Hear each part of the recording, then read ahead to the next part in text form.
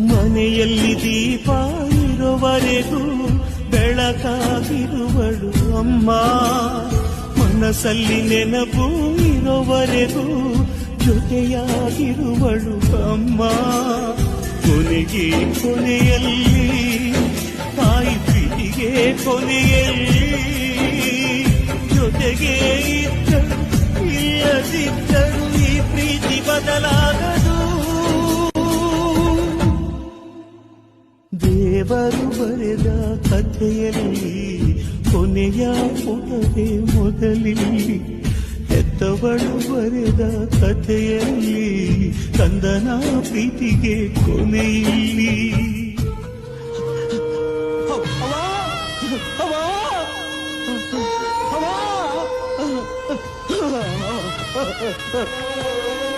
Bye.